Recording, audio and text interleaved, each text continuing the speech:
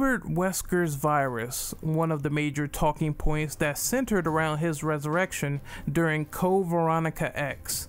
Wesker's virus doesn't have a particular name if you use the Wayback Machine to look it up. It's simply a prototype virus, an experimental strain that was derived from deeper study involving the T-virus. I'm sure everyone knows how Oswald E. Spencer detailed his master plan during the events of Resident Evil 5.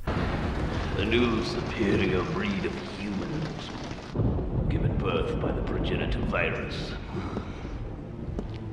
The Wesker children were entrusted with endless potential. I was to become a god, creating a new world with an advanced race of human beings. Spencer labeled the human race as incompetent weaklings, and he figured that a utopia could be created where superhumans ruled with an iron fist. They would rule under his order, separating the chaff from the wheat. This is where we go into some immense detail here that circulates around the Wesker children plotline. These child candidates were adopted for the first phase of this new eugenics program, which was simply called Project W. It was a project that was named after one of the head researchers at the time, Dr. Wesker.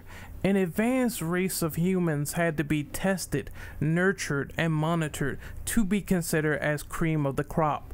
Hundreds, if not thousands, of unsuspecting children were selected all across the planet. A progenitor injection didn't come without failure, since the high death rate was a concern for Oswald E. Spencer. It was then suggested that proper training should come in handy first before experimenting more with the virus. Education centers were then set up with this particular goal in mind.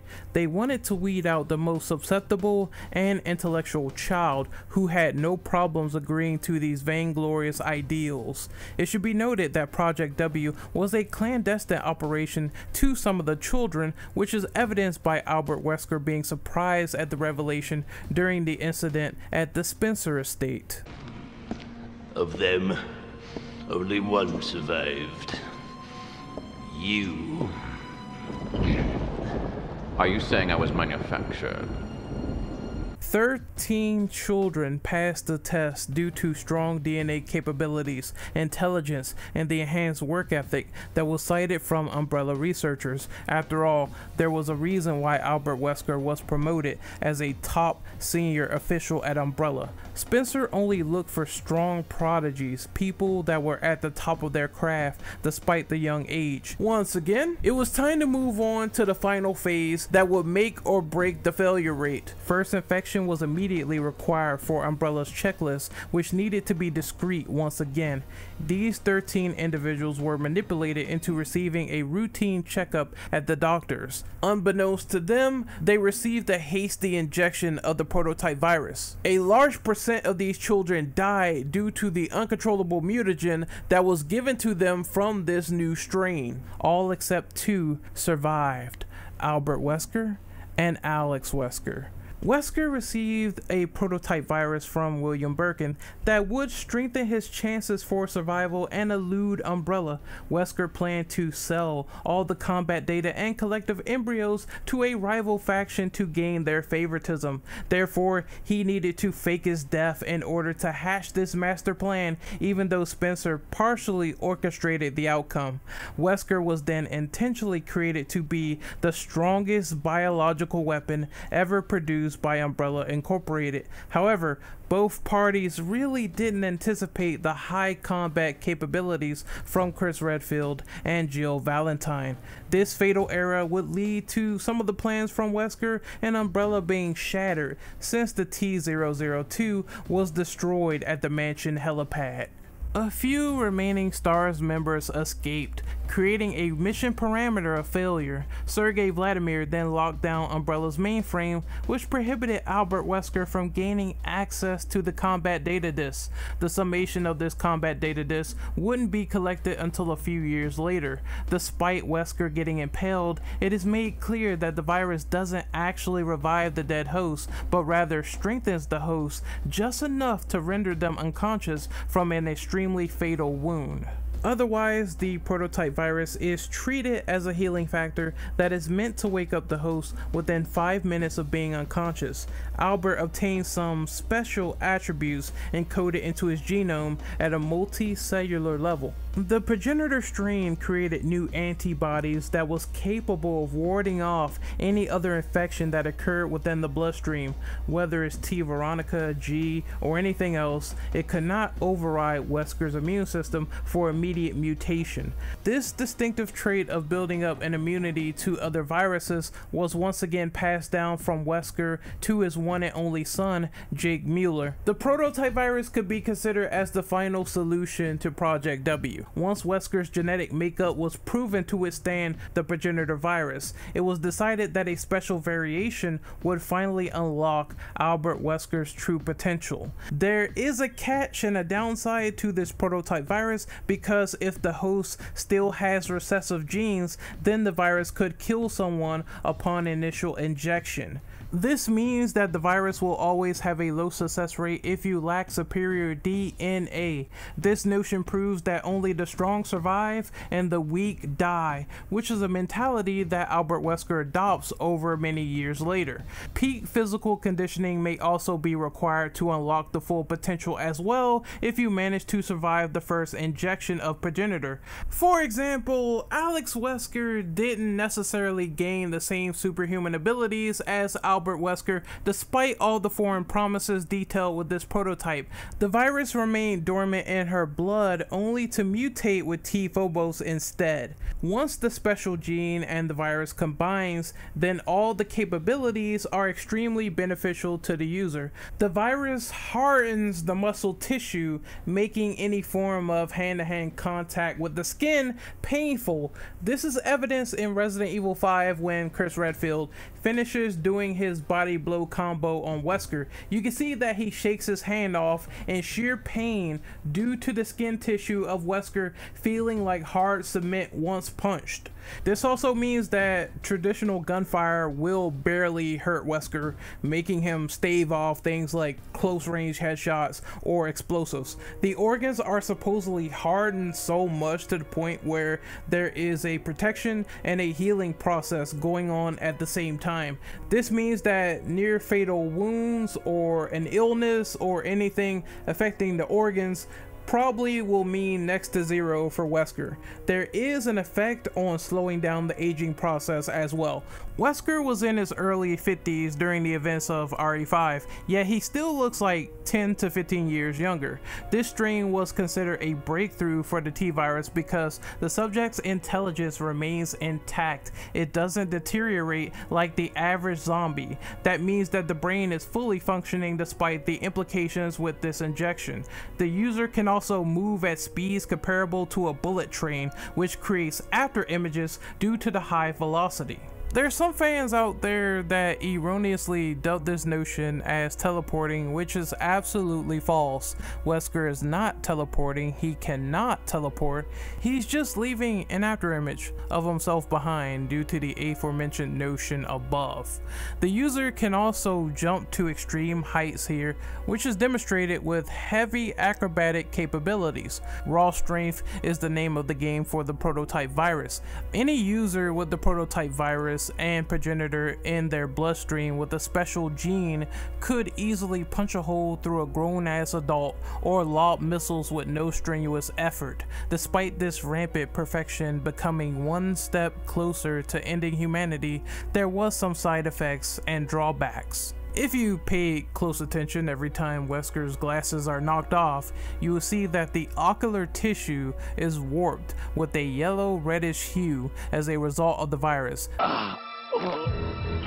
have no idea how much I hate you. You destroyed my plans, so now I've sold my soul to a new organization.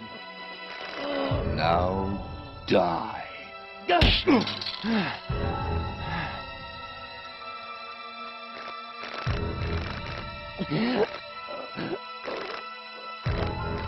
The pupil would be visibly infected and the pupils would glow a bright red based on emotion. This is naturally caused by anger, fueling the host immediately. When I awoke, Hatred became my master. My secondary mission objective. You will regret this, my lady. That, I promise. The angular structure would also change with this mutation within the iris. A cat-like slit would formulate to complete the deal, which once again shows that Wesker is far from being human anymore. Now, in order to keep his power stabilized, Albert Wesker needed a serum called PG67AW. This serum is said to be extremely precise, needing to be taken at certain times. If Wesker didn't take the serum at the right time, then his strength would be severely weakened. If Wesker took too much of a dose, then it could act as a potential poison, which is used to Chris Redfield's advantage later down the timeline. Despite being poison and a stealth bomber, Wesker eventually bonded himself with the Uroboros virus, another RNA construct that was created from the mother virus. Remember all those flowers in Africa when you go to the mines in Resident Evil 5? You get a good idea where Progenitor and the mother virus originated from in this scene. I shouldn't say and because it's the same thing, but I digress. Anyway, let's continue on. Uroboros was Wesker's final plan to have a selective virus choose who has the right to be a god or not. If the virus rejects the host, then they will turn into a giant mass of tentacles. If the virus accepts the host, then it could be possibly controlled under their will. Wesker was able to turn some form of sentience and create a bond with this distinctive virus when he used it to hound Chris and Sheva at the end of the game. Wesker grew tentacles all over his body and the same orange pustules on his chest, which could be seen in other Uroboros counterparts. Anyway, it was a sign of visual weakness. Scraps from the metallic missile could also be lassoed as a weapon to Wesker's arm and Uroboros together. We didn't see the full potential of this bonding process because Wesker was killed before there was more to witness. It is unknown what would have happened if the mutations continued further and occurred from there, for better or worse. Just to recap, there was definitely some situational awareness on how long Project W would take. Spencer's team realized Progenitor was virtually certain to kill anyone infected, so they needed to create a strain that would be close to reliable as possible. It must have been two things running through the mind of scientists when they were testing this virus. Number one, it was probably the lethal efficiency of the virus, and obviously due to the high number of people who died during testing, they couldn't really reproduce and constantly unlock the special gene needed to recreate these superhuman abilities. And two, they probably feared getting into a similar situation where they tested Jessica Trevor and obviously the virus did not have the desired results and effects that they wanted. Therefore, they disposed of that person and they focused on Jessica's daughter instead, Lisa Trevor. This meant they needed years, even decades, to create a prototype strain in the first place that would allow superhuman capabilities. Stability was also super important as well, just so I don't forget that. Spencer believed that the only candidates to become superhumans had to earn it first. This is why the process was extremely selective in the first place. Those hundreds of other candidates who tried to be a volunteer for Wesker children either lacked the will to follow Spencer's ideals, they weren't smart enough, they weren't narcissistic enough, or they were just too lazy to make the cut. I would also assume, and it's very easy to assume this, that an unbroken amount of trust was needed between the main candidates who actually lived and Oswald E. Spencer himself, because once again, the only person that was privy to knowing the whereabouts of the Spencer estate was Alex Wesker, and I assume she probably tipped off the BSAA in the process, leading to Lost in Nightmares. You know, it's funny, Spencer's downfall in this project was creating a world of superior human beings that will follow his will, of creating these children that would follow him to the end. He wanted to be an immortal person who yearned for godhood, but he ended up being a frail, broken man at the end of the day. There is one tiny little thing that I want to put at the end of this video, and it's the thing with Alex Wesker. Now, she did receive the injection of the prototype virus, but she did not gain the same superhuman abilities that Albert Wesker did. Now, I assume the problem with this is because she was not in peak physical condition, and I don't know too much about Alex Wesker, but she did get sick sometime in the timeline. I'm not sure if the prototype virus attributed to that or if that was done beforehand, but whatever the case may be, because she was not in the same peak physical condition, she did not gain superhuman abilities. I assume this is the reason why she loved her brother, but she was also super envious of him at the same time, because she did not gain that same perfection. She had to gain perfection elsewhere by migrating her mind into Natalia and then possibly unlocking some stuff with the immortality virus, which is another video for another day. I'm done for now. Anyway, this is Renegade Operative signing off. The video is completed, and I talked about Wesker's virus, Uroboros, progenitor, the prototype virus, some tea, the background of the Wesker children. It was a lot to unpack, at least in 10 minutes. So hopefully you guys enjoy this video. Slap a like on it if you enjoy. Thanks to the viewers for voting, because this was a viewer's choice video and your vote matters. You voted for this, I made it, I put in the hard work, so I hope you really like it, and I hope more of this happens in the future where fans are able to pick stuff and I'm able to provide the entertainment and content that you desperately need.